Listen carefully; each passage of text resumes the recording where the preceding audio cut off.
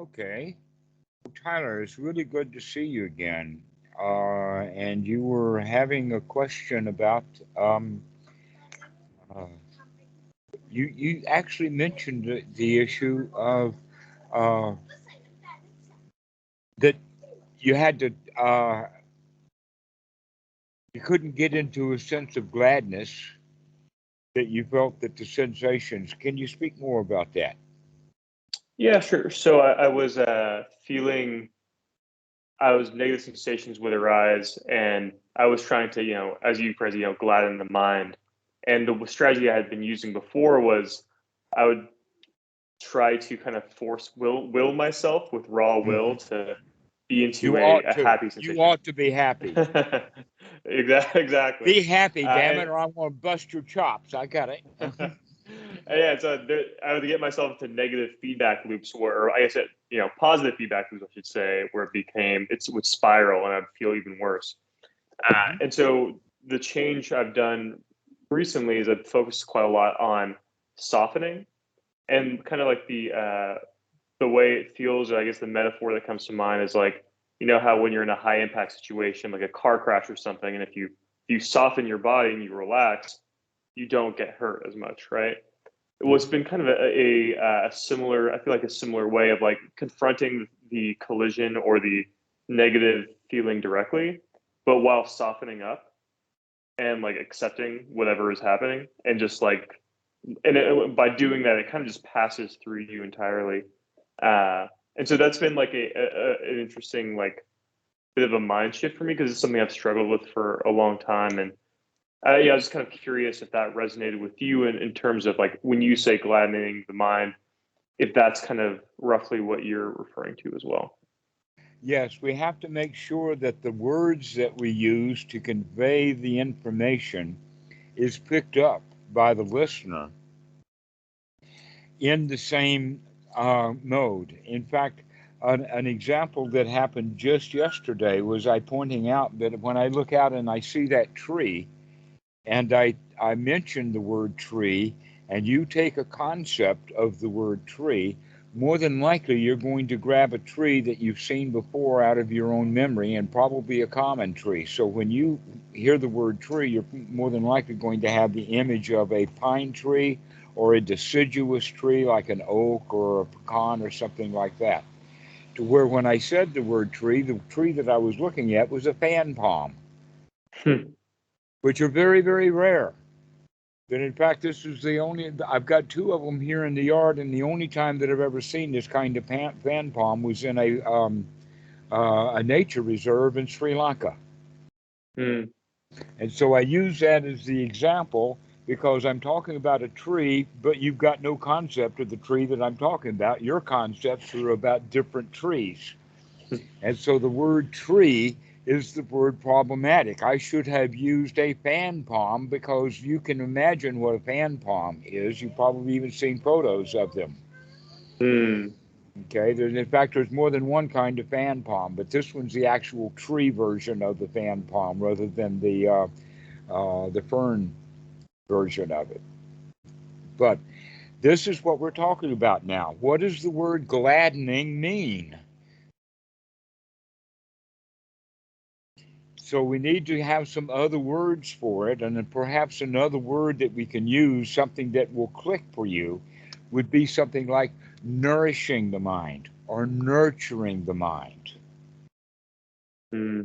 Um, the way that I, when a child is hurt and comes to mommy, the one thing that the child does not want is medical attention. They want comfort. But in fact, the old saw is, do you want mommy to kiss it and make it better? But mommy's kiss is better than iodine and band aids. Okay? You get that? And yet, in Hmm. meditation, when I'm using the word gladdening, it's sort of like this: that's the medicine that's going to cure the wound.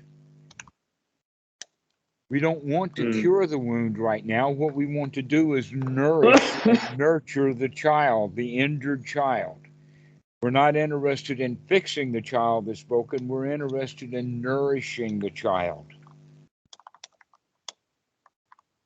Okay, so this is the Makes sense. change in context, is to nourish yourself. When we talk about gladdening the mind, it's very common because we have the habit of thinking in critical thoughts.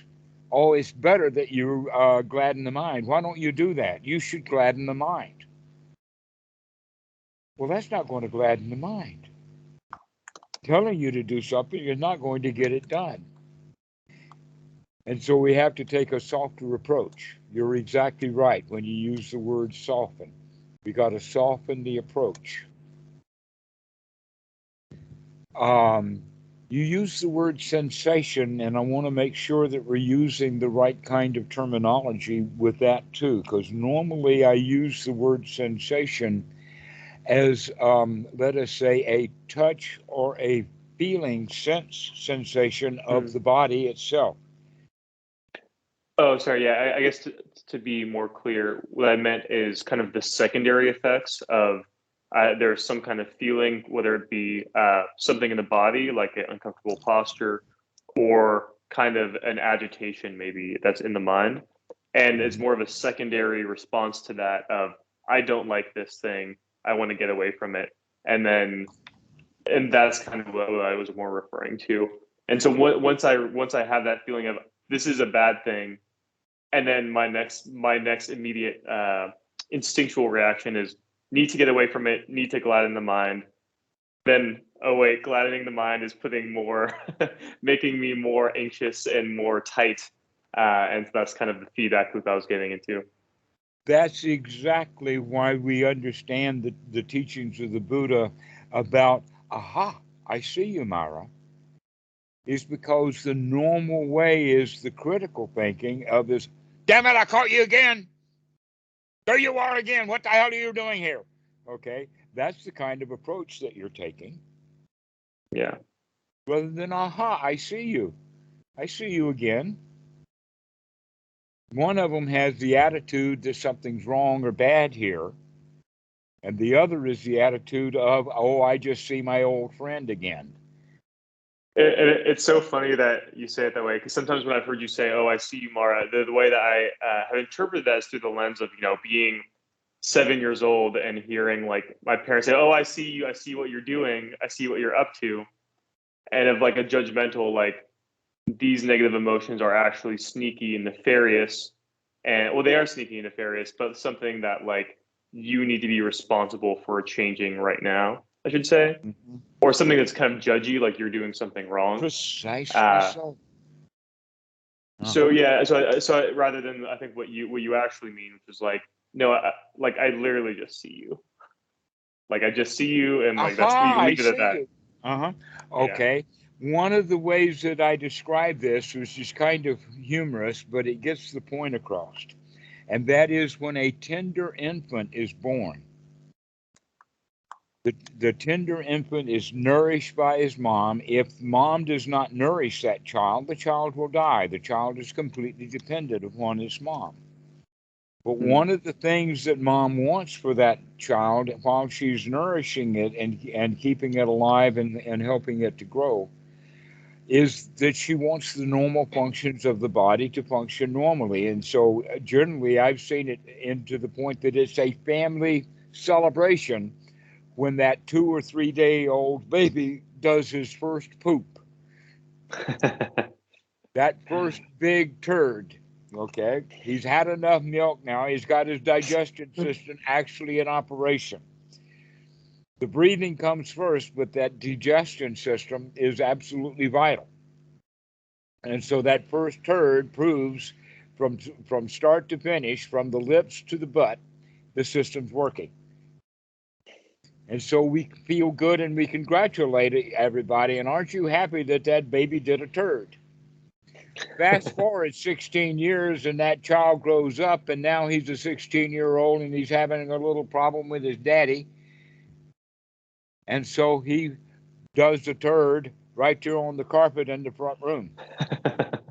How's mommy going to respond to the turd now? It's the same kid doing the same job, but the attitude is different. Okay. So when you lay a turd in your mind, you need to treat yourself like that tender infant and nourish it. Oh, we're really happy that that stuff is still working. I see you again. There you are. As opposed to, oh no, you're not supposed to be putting turds on your carpet. That's a no no. You're a bad dude. Okay. And so this is the way that we do it because that's the new habit. The old habit, which was so long ago, that in fact you could go so far as to say that part of childhood trauma is that time when the child is moved out of nourishment into childhood. From infancy to childhood, the infant is nourished, the child is put to work.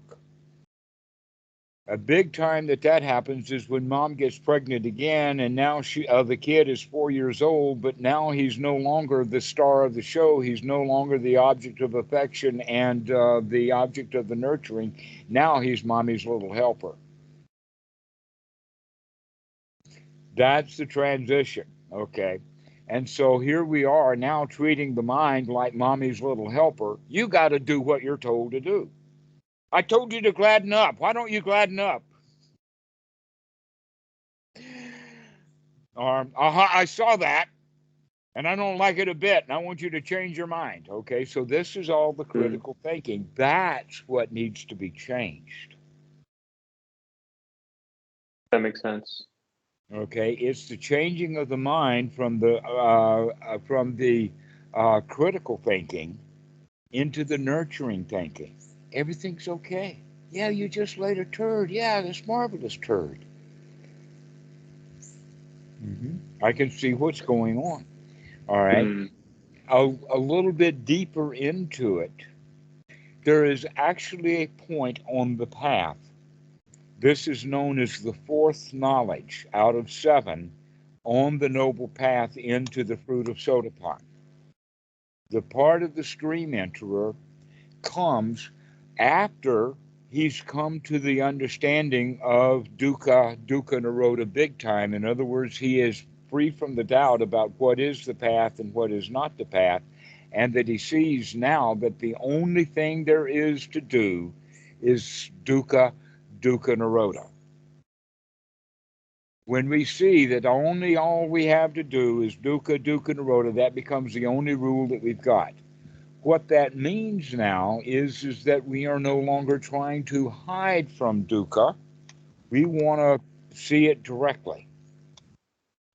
This is where it comes from to the point that, and it's said this way in the sutta, that when the young monk has transgressed the patimokkha, when he has done some harmful action, when he has broken the rules or whatever like that, then the way that he should handle that is by going to his teacher or to a senior monk or a senior friend and confess with the idea of bringing it to some resolution, and that resolution will be rehabilitation. In fact, the way to talk about it is that within the Sangha there is no almost because there are a few ordinary people in there, but there is almost no punishment, no retribution other than the absolving. In other words, it's all about the rehabilitation, not punishment. And yet, our entire culture is based upon prisons and punishment. And go sit in the corner. You did something wrong. You got to make a penance. Okay, so when the Catholic goes into confession, they don't get wiped clean yet. They have to go do 10 or 20,000 Hail Marys or pay $100,000 to the church or something like that as penance. Within the context of the teachings of the Buddha, we get away from the concept of penance or paying back and rather getting over it. So what happens is that when we normally do something that we ourselves in our own ordinary life would consider wrong behavior or bad behavior, or that's not me, I don't do that, then when we do that, we don't want to admit it even to ourselves. We don't like it. We try to hide it. We try to hide our wrongdoing. Here, with the understanding of the practice of dukkha, dukkha, nirodha, we actually want to see that stuff and make friends with it because that's our teacher. Our Mm. teacher is our wrong behavior. We don't learn anything when we're already correctly behaving. When we're already doing it right, there's nothing to learn. So all of Mm. learning is done by making mistakes. This is what we call play. That's interesting. You said I've had an interesting experience over the last 3 weeks of like I've often struggled with like drinking coffee or alcohol, and nothing crazy, but like enough to where it felt like I was trying to cover up a feeling. And in the past, I would try to like I would judge myself for drinking coffee or alcohol, but then recently, and it never worked. It never worked. But then recently, I've just kind of it just became obviously like not like harmful and like it was obviously causing me suffering, and it just by not stopping myself from like drinking coffee or drinking alcohol, it became more obvious what it was not doing for me, I guess. So Hmm. yeah, I just had a very similar experience over the last couple weeks with that. So when when we do see the disadvantage in something, we will then naturally want to make a change. But we're not talking about it that way. We're talking about it at that instant of point of time when we recognize that alcohol is bad. Instead of congratulating ourselves for seeing that alcohol is bad, we fuss at ourselves because we've made a mistake. Mm. Okay, and why do you fuss at yourself? Well, that's how you were raised. You learned to fuss at yourself because you heard your mom fuss at you, and daddy, and the teachers, and the higher, and the other kids. And so we are an entire civilization of people who go around fussing at each other. And so naturally, we're going to do that on the inside because we learned to fuss because we heard our mother fuss at us. Now we fuss at us. We learned how to do that. Monkey see, monkey do. So this is the new thing that we have to learn is that we need to stop fussing at ourselves for everything that we do wrong and recognize instead that this is an opportunity. This is a learning situation. Wow, I'm really glad to see you here because I'm not going to learn anything unless I make that kind of mistake. This is part of the nurturing. Okay? If a child is learning to walk, the child will learn to walk faster and easier and not fall down so much if he's got a helping hand, if somebody will hold his hand to help him steady. But if the parent stays across the room when the child is trying to walk and the child is getting no help from the parents, then when he falls, he gets hurt, he doesn't like it, and now he has resistance to getting to walk again because it was painful. We grow up that way so that we want to avoid our wrongdoing because it's painful. Rather than recognizing, no, actually, the wrongdoing at this particular moment is not the original wrongdoing, it's the fact that now I'm punishing myself for having the wrongdoing. So now there's two issues. The Mm. first one is the wrongdoing, the second one is the wrongdoing of the punishment rather than the nurturing. Do you want to nourish yourself even when you've caught yourself doing something wrong? This is what we mean by, aha, I see you, Mara. Aha, I see the mistake that I just made, but I do that in a nourishing, friendly, happy way. Never mind, pick yourself up, dust yourself off, and start over again. That makes sense. Yeah, Hmm. that's a lot of clarification. I appreciate that. I'm I glad. I oh sorry. probably said that in the beginning, but it needs to be said number of times. This is the No, kind of it's stuff that helpful. really needs to soak in. So it needs to be done over and over and over again to talk about you have to nourish yourself. Become your own best friend.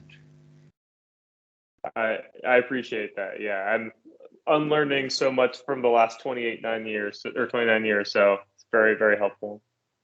I have another question that's a little bit off topic. If it's okay to switch Mhm. gears a little bit. Uh, I've been trying to, another thing we talked about in our last call was using other objects of meditation, like during other tasks. So, for example, like, you're washing the dishes and you might be focusing kind of like on your hands, the sensation in Mhm. your hands, and using that as your object. And I think a lot of times that feels straightforward, especially for like physical tasks, like for walking. I focus on like the sensation in my feet, for example. Um, but the thing that I sometimes struggle with is when I'm engaged intellectually with something, like if I'm like reading or talking to somebody or watching something, I find it hard to like, I'm not sure what my object should be in those moments. Okay.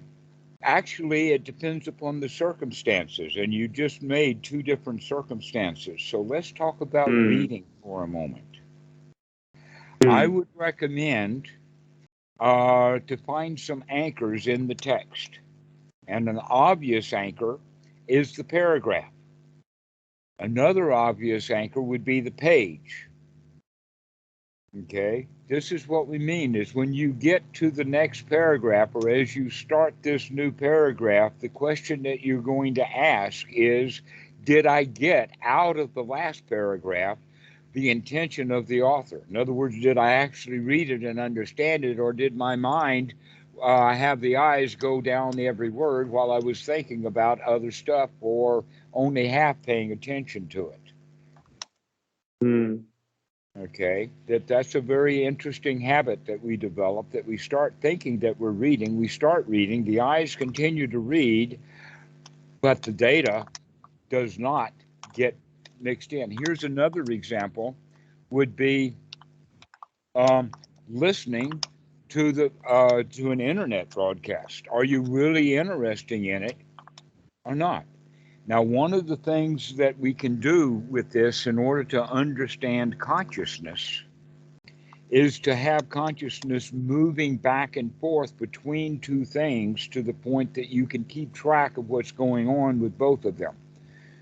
An example of that would be listening to a news broadcast or something like that, an intellectual item that you're listening to while you're looking at something else. And possibly the more difficult one would to read. Can you actually read an article that's on one topic while you're listening to someone talk on a different subject? The answer is no. What you can do is go back and forth between the two, back and forth between the two. Can you, in fact, keep track of the fact that you can do this, that you can move the mind from here to here so that you can get this sentence this guy said, and then get back to the text so that you can read the next sentence? That's an eye opener to try that because we really recognize yes, the mind can only do one thing at a time. You can't do both things all together at the same time. You've got to move back and forth between the two. And that's a fairly good training is to watch how you're moving back and forth. Or if you're just reading, use these paragraphs to wake up to say, did I get what I was reading? Or was I thinking about something else when I was reading? That's mm. easier to do with text than it is with listening because we can just listen and get lost and in thought. But with reading, we can have that paragraph as an anchor so that as you begin to read, you can actually reteach yourself to read. Mm. And I guess just to make sure I understand what you mean by anchor, would the analogy or would the anchor for normal anapanasati be the space in between your inhale and exhale?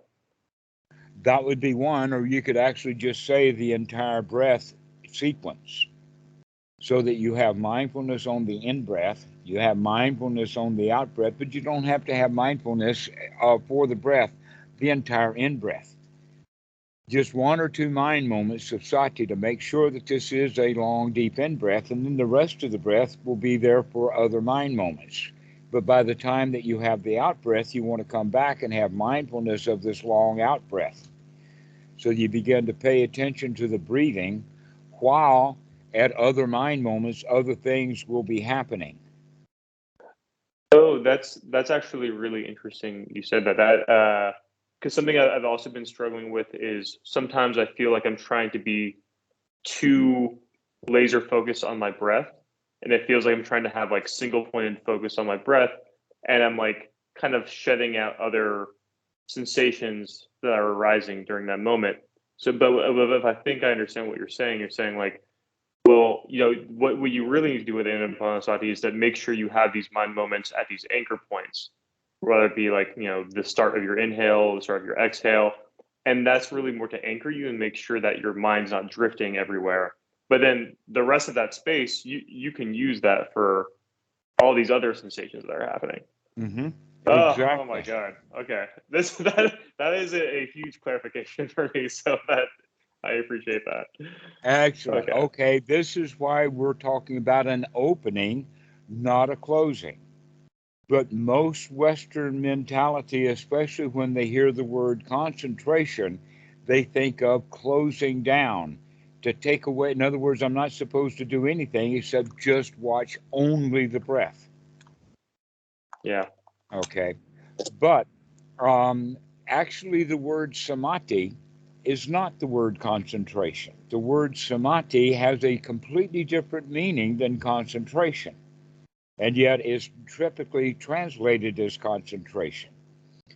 There are elements of concentration if we expand the definition of concentration. But when we do, possibly a better word would be to focus. When the teacher says concentrate on the work that you're doing, what that would mean would be to focus on it. But we want to focus on all of the aspects of the work. So, what happens in concentration meditation is a shutting down. Hopefully, that you're shutting down the mind, but in fact, what we're also doing is shutting down all of the senses. What we're looking at doing here is keeping the senses alive, keeping them open. That in fact, Anapanasati is all about paying attention to the breath, which means we're paying attention to the body, which means we're paying attention to sensory input. Well, the same thing is true when you're reading. When you're reading a book, that's actually sensory input. Are we going to be paying attention to the sensory input and processing that? Or are we going to get wrapped up in just processing, which is what we're doing when we're thinking? Mm. And so we want to keep coming back to the senses. To come out of our head into the Yeah. body means to come out of the mind that's not paying attention to the senses because it's doing all of the internal work of thinking. And so the way that we're getting started is to come into the here now, and the only way that we're going to have any here now is with the senses, with the eyes, the ears, the input that we're taking in right now, rather than reprocessing and rehashing old information that we had from a long time ago or the past. And Mm. that's what thinking and conceptualization is all about. Just like when I used the word tree and you had an image of a deciduous tree Mm. instead of the tree that I was looking at, which is in the tropics. I'm thinking because I'm looking at a tropical tree, but you're not in the tropics and you don't have tropical trees in your tree bank. Mm. Okay, so here that we need to see that the mind is doing that too. But the way that we do it is by beginning to pay more attention to the sensory input. We begin to pay attention to the feelings that we have right now. We pay attention to the breathing. We pay attention to the body, and we also begin to pay attention to the other senses. For instance, when you're listening, to make sure that you're actually listening. You're following what somebody's saying. Now, normally when people are listening and talking to one another, neither one of them are actually listening to the other person. Each one of them is thinking about what they're about to say next rather than actually listening. So you could say then that anapanasati, or be here now, part of that would be learning to pay attention to someone when they're speaking, because when they're speaking to you, they're speaking to you in the here now. And so listen to what somebody is saying. This is why I'm saying to start to play with these senses, in the sense, can you move back and forth between the eyes and the ears? Because that takes conscious effort to do that. And so we're actually building up a skill of one's right effort to be able to manage which sense am I going to be operating with. Am I going to be, because we've got 6. And I'm not saying that one is bad over the other. I'm saying that we need to learn to manage and operate each one of them. So that when we're in conceptualized thinking, we know that we're conceptualized thinking. When we know that we're in sensory input, or when we're in sensory input, we know that we're in sensory input. A good example of that, and in fact, this is almost a secret, and that is, begin while I'm talking to you to watch my eyes, and then watch the eyes of other people that you're talking to. Notice that there's going to be a difference, because let me give you a demonstration. Many people, when they're trying to think of something, did you see me do that? Mm-hmm. Oh, well, I wasn't paying attention to you. I had gone inside the mind, and people will have their eyes divert like that, and they're trying to think of something to say to you, but look at the eyes going. Bandler and Grund are the ones who made that very important. But what they were thinking is that, oh, it depends upon the direction that a person looks off will tell you what's in their mind. That's not true. We don't know what's on somebody's mind. What we do know is that they are in the mind. They're not in the present moment. That when you're actually communicating and contacting with somebody in the present moment, you're looking at them, you're watching them, you're taking in data from them. Even if they're speaking or not speaking, they're still there. And so when you're talking to someone, look at them, keep track of their reactions and responses, so that you can see them nodding their head or shaking their head or furrowing their brows, because that shows confusion, knitting their brows, which is different. That means that they don't like what you said. And so this is actually a skill that many people, especially charlatans, get used to. Salesmen actually want to pay attention to your reaction so that they can get you to do what they want you to do. Okay. So that means that the guy who is going to be moving the magical balls around wants to do it when you're not looking at the hand that's going to be doing the stuff. That's why if he wants to do something with his left hand, he's going to make a lot of motion with his right hand to get you to look at that, so that he can do what he wants to do with his left hand and you didn't see it. It's not necessarily that the hand is faster than the eye, it's the fact that he has been able to distract you intentionally. But if you're paying attention to what's going on, you're not going to get so easily distracted.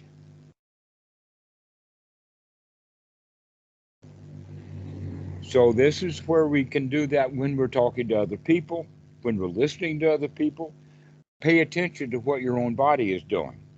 In the sense of, are you looking at somebody, or are you looking down and trying to think about something that you're going to say, or off someplace, or can you hold eye contact? Just like you see me intentionally holding eye contact with you. Except that that's a skill that has been developed over time, but I had to develop that as a skill because I knew about it a long time ago. That's actually one of the secrets of the spiritual path, is to pay attention to people when they're talking to you. When you're engaged with people, you've got to look at them. You've got to pay attention. You've got to be there with them. Okay, well, when you're reading a book, you got to pay attention. You got to be there with it. But the mind wants to wander away. We read something, we like it very much. It gives us an idea, it gives us a thought. which means we're no longer reading. Know that, and know that that's what the mind is doing, so that you can go back to that other paragraph that you had started reading, but that now you're thinking about the book that you're reading rather than actually reading the book. So we're beginning to pay attention to what the mind is doing, but that's really going to be hard to do if we're judging what the mind is doing also. So this is much more an investigation of really beginning to see what the mind is doing. Aha, I can see you. Aha, I see what's going on. Now, later, one's right effort is going to be to see that whatever we were doing was unwholesome, and we can change that. And the whole point then is that the unwholesome in this case was being that we weren't paying attention, that we were being critical with ourselves instead. Like the thought of, you ought to gladden the mind. Instead of gladdening the mind, we are hard on ourselves. Look at there, you're not gladdened. Why didn't you get gladdened when I told you to gladden? We need to see that process too, and see that it's not nurturing. And then we can say, oh, never mind, it's okay. And then now we're changing the thoughts that we have from being critical into nurturing, but we have to pay attention to it.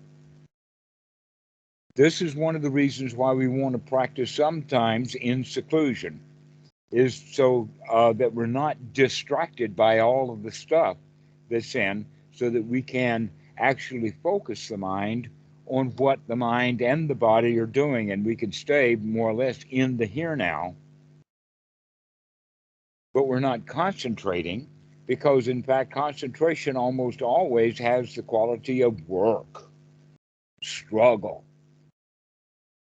grasping and clinging and holding tightly lest it slips out.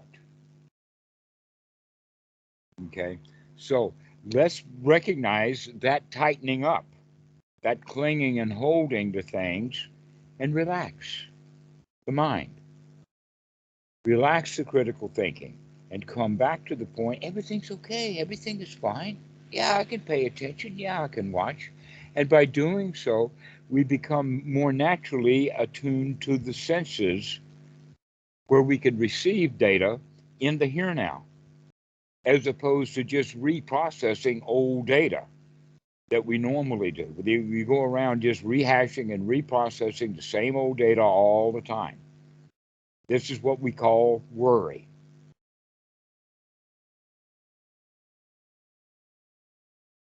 We worry, which means that we just keep the same things going on over and over and over again, but we're not aware of that. So by paying attention, or having the idea, oh, I'm going to actually look at what my senses are doing. I'm going to start paying attention. Am I in the mind sense, or am I in the eye sense, or am I in the ear sense? Am I in the taste sense? And that brings us into eating food. So that when we're eating food, that bite, we should only do one thing, and that is eat that food, which means we place our awareness inside the mouth, and we feel the texture and the taste of the food. One of the things that we do while we're chewing is we intentionally separate the juiciness from the firm parts. Like when you chew a particular, let us say, kernel of corn, when you chew it, you're now left with two things: the chewing, the pulp, and the juice. And so start watching and watch the swallowing of the juice before we swallow the pulp.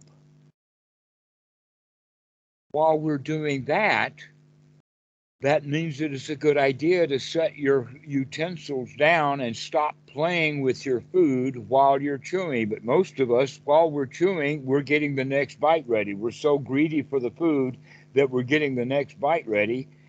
And many times we're puffing that next bite in before we're even finished with the food in the mouth.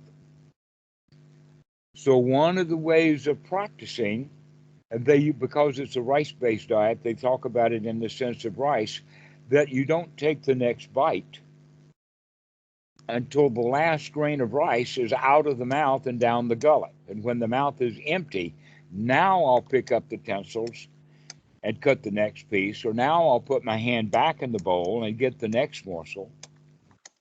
And that while I'm actually chewing, I spend most of the time. This is actually will slow down your eating quite a bit because we do double duty. We fix the bite while we're eating. We're fixing bite number 2 while we're eating bite number 1. Now we're going to do it in order so that we're actually really paying attention to the deliciousness of the taste of the food, the texture of the food, rolling around the taste of the food. And so we put a lot of attention into the mouth. And guess what? Your food will be much more enjoyable than if you wolf it down. So this is all about coming back into the senses. This is another way of talking about it is there's a sense called a proprioceptic system. And the proprioceptic means it's that we're aware of the postures of the body. Right now, without looking down, you know exactly where your feet are. You know where they are in relationship to the floor. You know where they are in relationship to the chair. You know everything, and you already know that. You don't have to look at your feet to do that. But in fact, very, very few dancers ever really need a mirror. It's only in very, very fine adjustments. But normally dancers know exactly where their body is in any particular posture. Why? Because they've been paying attention to it. So dancers especially are in tune with the proprioceptic system. Athletes also become somewhat really attuned to the proprioceptic system. This is what they mean by hand-eye hand coordination. Is because we don't have to look at the hand, we look at the ball that we're about to catch because we already know where the hand is. And so all we have to do is keep the eye on the ball and catch its trajectory, and the hand's going to be there just at the right point of time if it's got the skill. Okay, so we need to learn this proprioceptic system. We need to get in touch with it literally. This is what we mean in the Mahasi method by rising, falling, touching, sitting. The rising is the in-breath. The falling is the out-breath. The touching is the sense of the body with the touch of the cloth and the air and all of this kind of stuff that's on the surface. But then the rising, falling, touching, the sitting is the posture. This is the proprioceptic. What posture is your body in? Where are your hands? What are they doing? Etc. like that. So we begin to pay attention to what the body is doing, the proprioceptic. When we get really into it as a practice, that means that we want to, for a while, only pay attention to the hands in the sense of watch what the hands are doing. Get familiar with the hands. Let the hands touch each other. Get familiar with the sensations of the hands. Here's something a lot of people don't know, but the number of neurons on your fingertips, because we're human and all of that the human's fingertips has more neurons in it than the eyes do. Well, why can't we see with our hands? The answer is that is because you haven't trained yourself to see with your hands. You can. But in fact, they've had a lot of experiments of having, let us say, lead light-emitting diodes that actually emit a warmth so that you can actually feel that particular point is getting warm. You could put a matrix, a 16 by 16 matrix in there, have 256 of these, put them on the back, connect them to a camera, and a blind man can learn to see through his back. Also, anyone who's done a whole lot of mechanics on automobiles and whatnot like that, they become skilled at being able to put a screw into its nut place or the socket or whatever without seeing what he's doing with his eyes. Can feel it all. We can hold an example of that was with this knife. While I'm holding this knife, I know the difference between the blade that's sharp part and the blade that's dull. That I know that knife completely. Look at how many sensory inputs that I have with touching that knife. That in fact I could sit here and hold this knife and touch it and make that a meditation. Wow, what a marvelous thing the senses are that we can feel that thing. And I know exactly how every inch and every individual aspect of that knife without looking at it with the eyes, because I'm actually investigating it with the hands. So paying attention to what the hands are doing so that we can learn to, for instance, sew. My mother could sew. She didn't even have to look at what she was doing because her hands were right there beside the needles and she could hold. I began to watch that. I've learned a lot by observation over my lifetime. An example of that is this was on Saturday Night Live, and it was a skit that they put together over time. They would have new celebrities come and have a conversation with the host. And while that was happening, someone off the side would throw a big plastic, lightweight but large fish at them. And many of the women would just sit there jawboning along, and that fish would come and slap them right in the face because they weren't paying attention. But then you get a Heisman Trophy winner, someone who is an excellent quarterback, and you throw that fish at him, even from the side, and he does, I mean, it's really, really out of the corner of his eye. And he's talking, and that fish is thrown, and he grabs that fish. How could he do that? Well, it was a skill that he developed of hand-eye coordination, which he meant that he was looking and could see it, and he didn't even have to look at what his hands was doing, because he was already looking at what his hands was doing from the inside, the proprioceptic, not from the outside. Okay, so this is an important quality of beginning to understand what our senses are so that we can pay attention to what the senses are doing. And so when you remember that, we can say, aha, I can look at my hands now. Aha, wow, this feels really nice, just that sensory touch. Because many people will have habits with their hands that they're not even aware of. Picking at the fans. A lot of people will pick the cuticle. They'll pick their fingernails. They'll bite their fingernails. They'll rub. They'll do a lot of stuff that we start doing as childhood, and we do it absent-mindedly, or we're not watching what we're doing. And so paying attention to the hands means that now you are in control of the hands rather than letting the old reptilian part of the brain do all the control. Now we're putting frontal cortex in there so that we could really pay attention to what the hands are doing. All of this has to do with the right here now. So in fact, when we're talking about the body, I just opened what you might have thought was a new chapter in the book, and it winds up being a whole section of a library in the sense of you got to watch what your eyes are doing. You got to start looking at what the inside of your mouth is doing, especially when we're talking and eating food.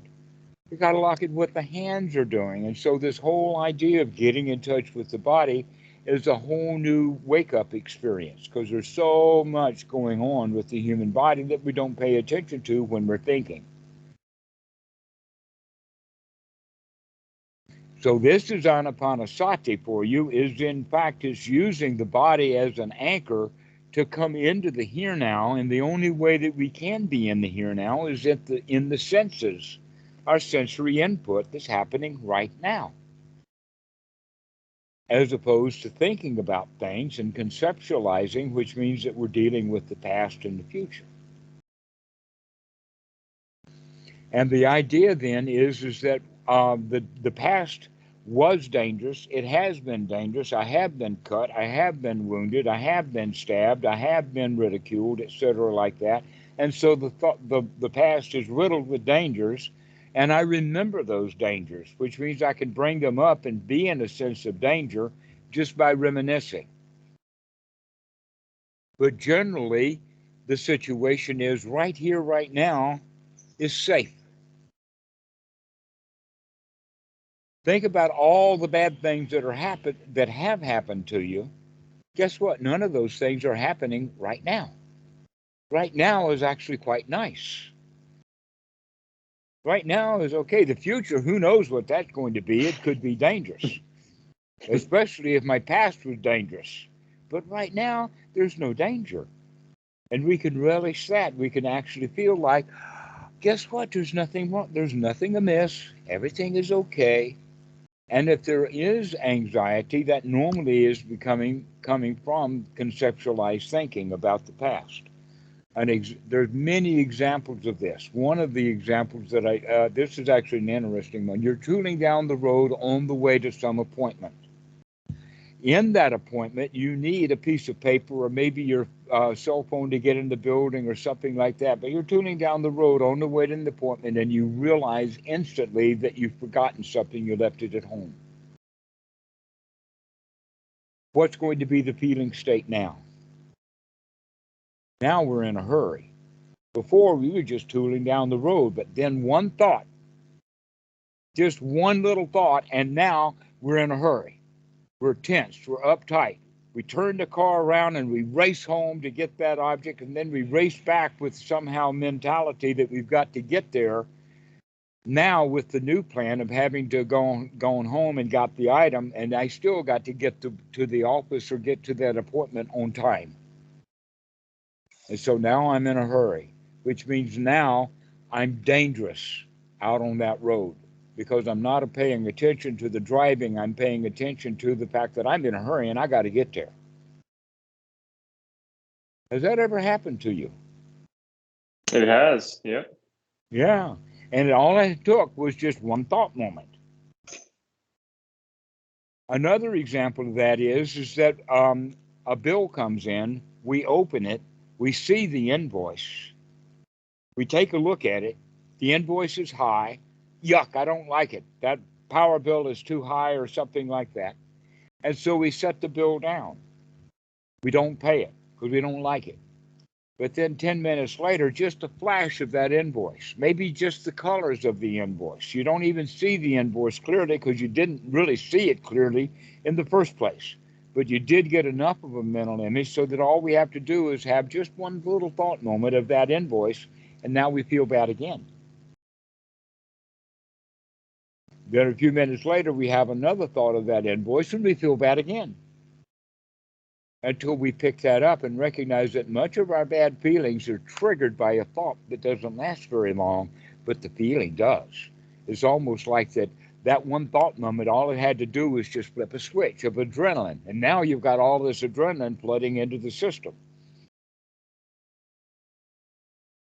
That's the way that it happens. And so we get into a hurry, we get uptight, we get angry, all of that kind of stuff, sometimes with just one little thought moment. But now, with Anapanasati and paying attention to what's going on, we have that thought moment. We can see that. And we say, aha, I just saw an image of that invoice. And if I had done it subconsciously, I would immediately start to feel bad because I had the thought of that invoice. Just one little image. But now my mind is fast enough. I can see that image. And I can, and with mindfulness, I can say, aha, I see that. The worst of it would be the meditator is saying, oh no, I've done it again. I thought of that invoice. Oh, I'm so bad. I'm so terrible. I'm not a good person. Well, that's just more invoice feelings. Now he's just got a new thought about how bad off he is because he's not practicing. Right? So this is how, and this happens many times. So, Goenka talks about it a lot in his that's why he keeps saying, when the mind wanders away from the breath, never mind, start again, which means forgive yourself for the fact that the mind has wandered away. Or nurture the mind is even better. Aha, I see that the mind has wandered away. Let's go back to the mind or back to the breath and have a ball watching the breath. But what do we do instead? We fuss at ourselves. Oh no, you're not supposed to wander away. And that only takes a thought moment, but that one thought moment is now making us feel bad. But when we see, oh, the mind has wandered away from the breath, and then the thought of, oh, you should be watching the breath, we can see that thought moment too. And say, never mind, just come back to the breath and be easy.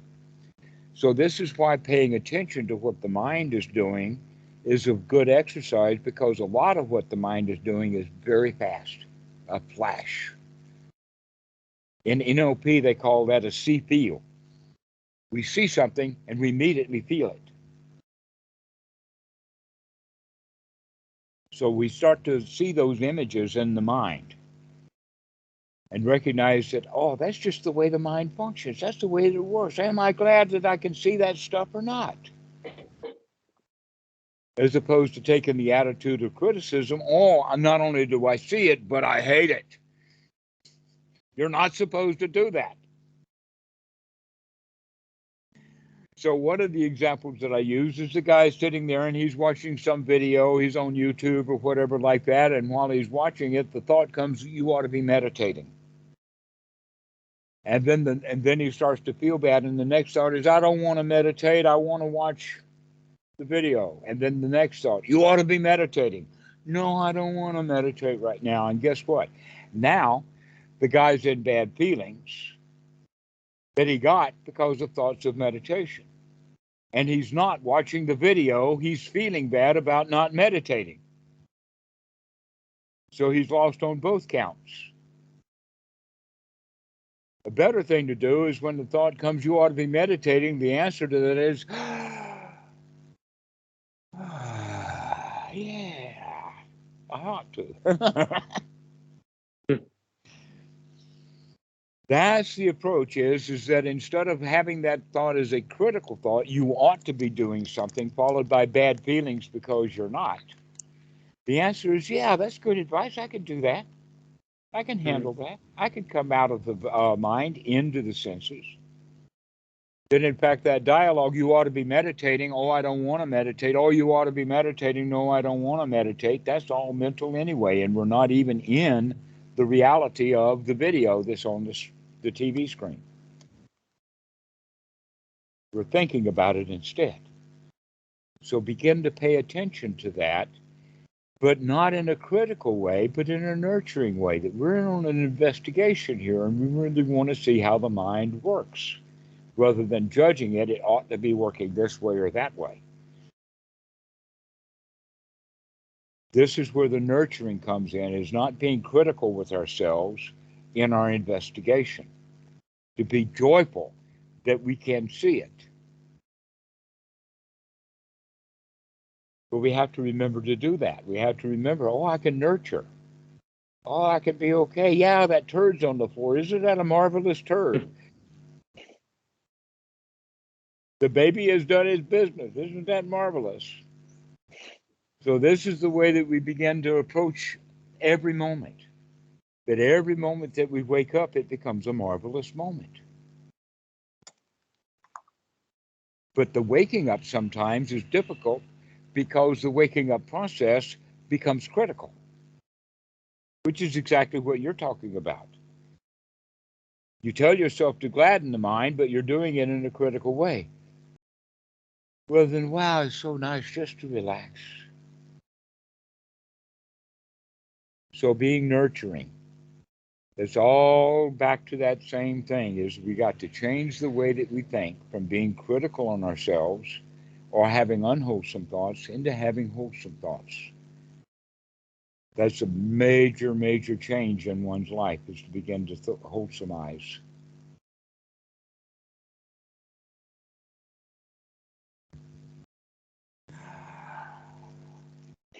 So nice. Everything's good.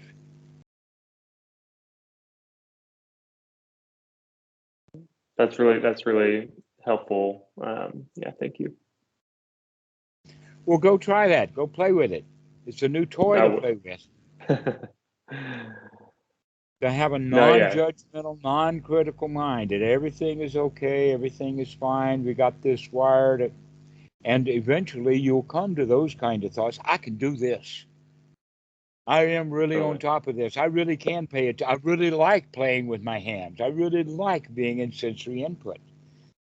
That's the kind of thoughts that you'll begin to have. That this is doable. I can do this, and it's marvelous. That makes sense. Yeah, I'm excited to keep going down the path, and I've had a lot of a lot of joy coming from the practice already. And so, yeah, looking forward to keep practicing. Yeah, keep enjoying. That's right. Keep enjoying. Keep looking. Keep understanding that the mind is fast. The mind is fast. It takes, if you're practicing long, deep breathing, it'll take you 10 or more seconds to take a breath.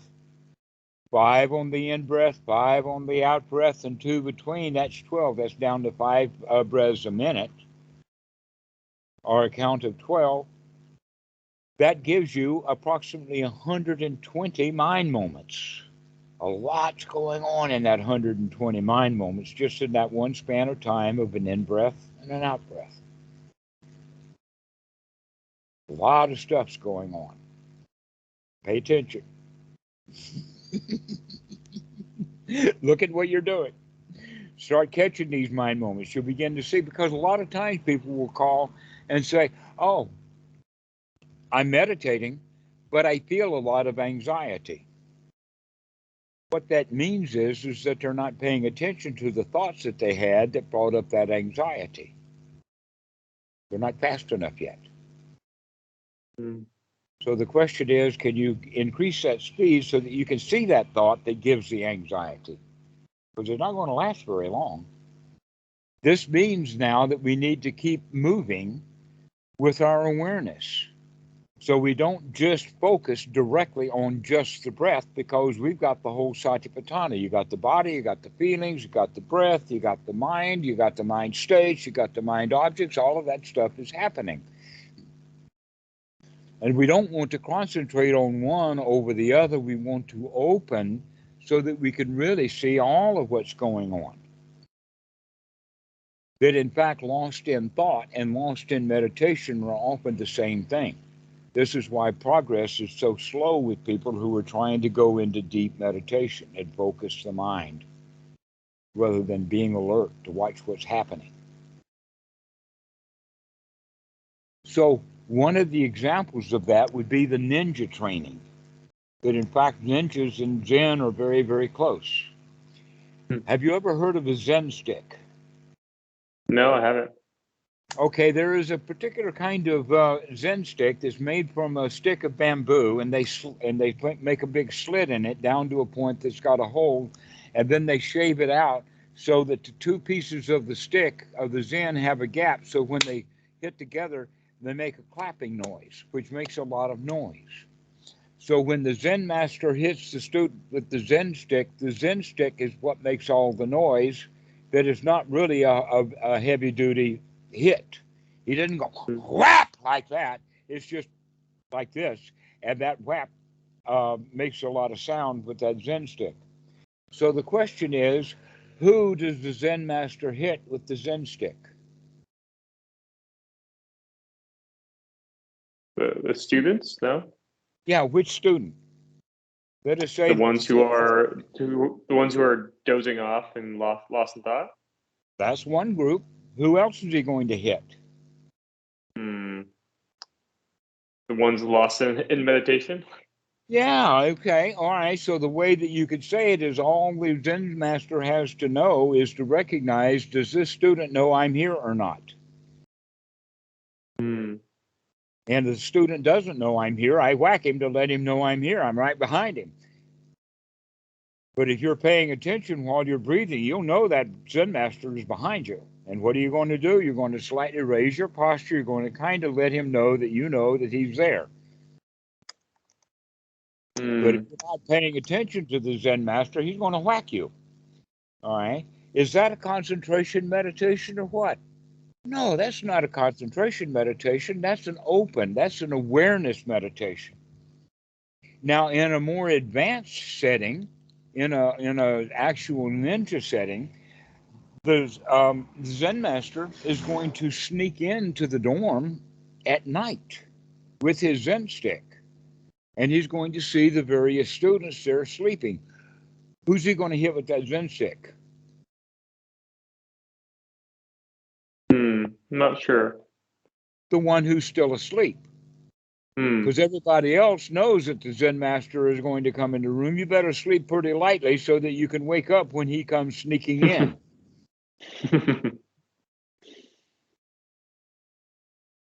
That's okay. When you understand it from that, that indicates that what we're really doing is we're waking up. The whole process of meditation is to wake up and be here now, as opposed to being lost in dreams, lost in thought, lost in concentration. So the object is to come into sensory awareness, and the better we do that, the faster we can get, so that we get down to the point that we don't process much anymore, that we see, and instead of see and recognize, we just keep seeing and seeing and seeing, and we don't put the recognition phase with too much importance. This recognition phase is called perception. And the Pali Mm. is referred to as Namarupa, which means we take the rupa, the real object, and give it a name on the inside. In Paticca Samuppada, we also talk about it in the sense of the Salayatana, or the internal representation. And this takes mind moments to see it, to figure it out, to understand it, and then let that impact us. And that's what we feel. We don't feel because of what's actually out there. We feel because of the interpretation that we've made of it. Mm.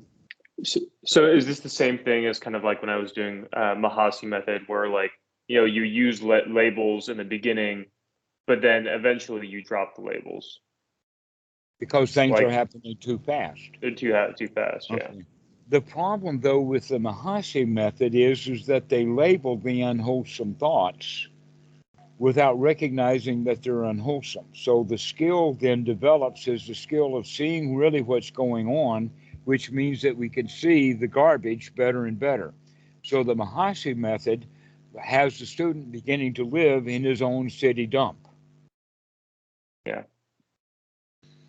because that's what the mind is doing, rather than cleaning all that stuff out and coming into the present moment and now noting what's actually happening. We're noting what the mind is doing on the inside. And they're missing the point about right effort. One's right effort is to not just see what's going on, but to make that change, to be here now. Then, in fact, that's what sati is to wake up to be in this present moment, rather than in our daydream.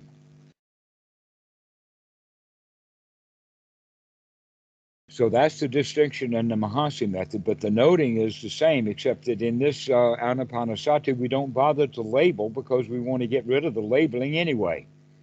Mm. Yeah. So there's no real reason to do the labeling. In fact, the noting method is not labeling at all. When you go back to the Pali, it's more of observing. You see, the problem is the English language word note is the wrong Mm. word to use describing the Mahasi method. Mm. Because why? Because when we think of the word note, we think of taking notes. We think of notepads. We think in the terms of labeling.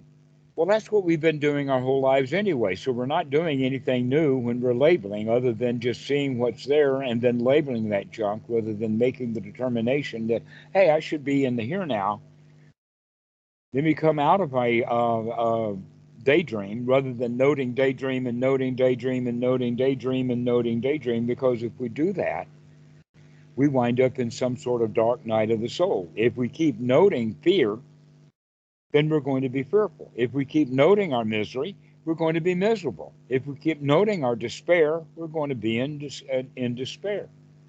But if we can note suffering and say, hey, you know something? There's nothing to be afraid of right now. Things are nice. There's no alligators, there's no crocodiles, there's no snakes, there's no mafia coming in, there's no bears in the woods, there's just no problem.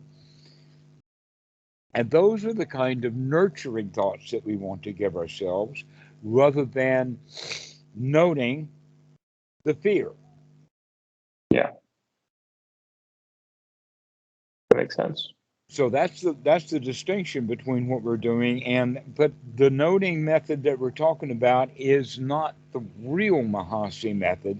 It's westernized Mahasi method. It's still Western Buddhism. Mm. Mm. That you go back to old Mahasi texts, back to the 1950s, and most of what he's saying is absolutely correct there. But the way that it's wound up being practiced is a bit different. That makes sense. Even the Mahasi has this one document that I'm talking about. That's I think it's an appendix to one of the more modern books. But the students are reading the book rather than reading the appendix. So by the time they get to the appendix, they're missing something. But in this appendix of this thing, that's actually just an old document that was written about 1950, Mahasi talks about that you have to seize the object, confront it. The translation at that time was fall upon.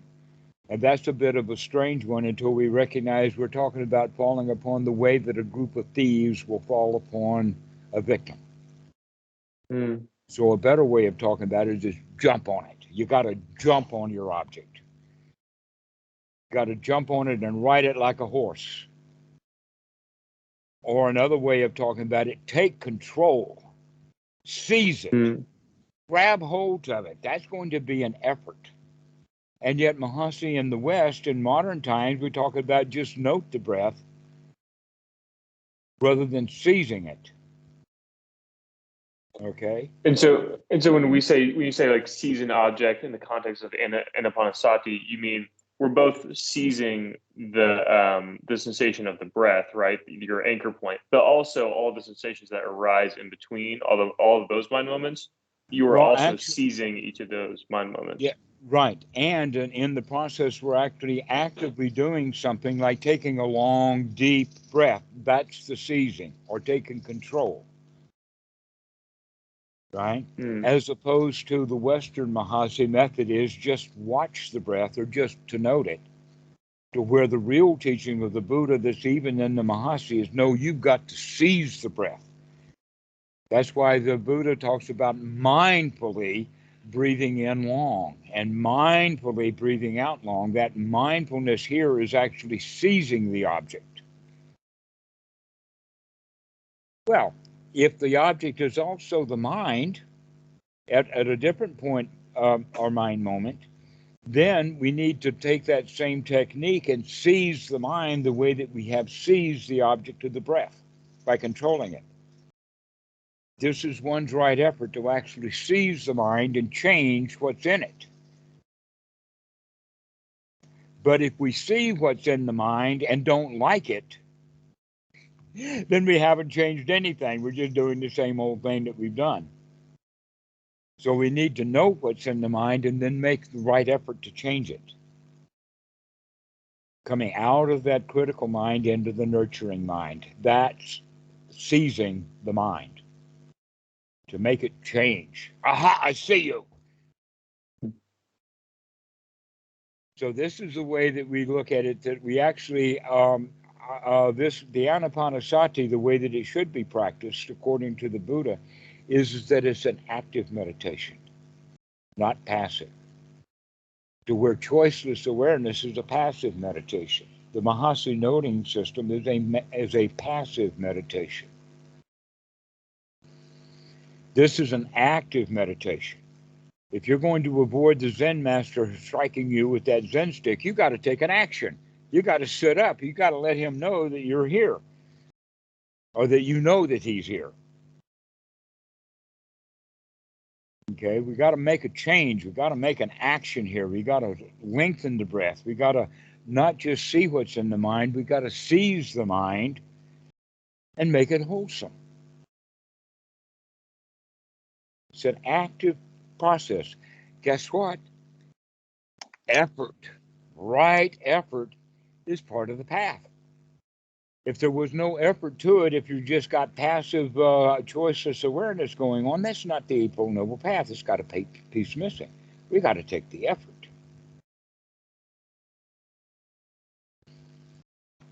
To change things. You got to take the effort to make that mind come out of the unwholesome, because the likelihood is that even though you recognize it as an unwholesome thought, the likelihood is the next mind moment is going to be unwholesome, and the likelihood of then the next mind moment is going to be unwholesome unless you do something. And that doing something means that we got to come out of that unwholesome and come back to nurturing instead. So that's an actual activity. But oh, you ought to be meditating. Well, that's just ordinary stuff. And I don't want to meditate. That's ordinary stuff. But when you have the thought, I ought to be meditating, now we actually have to take the effort and seize it and say, yes, right now I'm going to take that deep breath and come into the here now and be here now.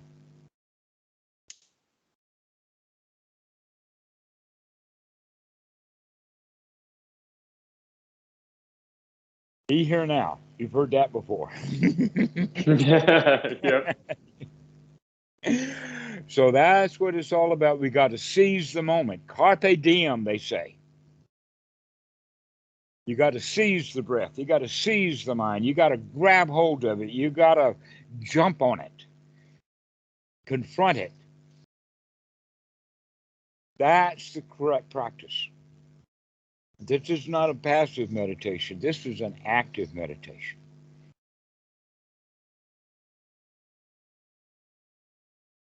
That makes sense.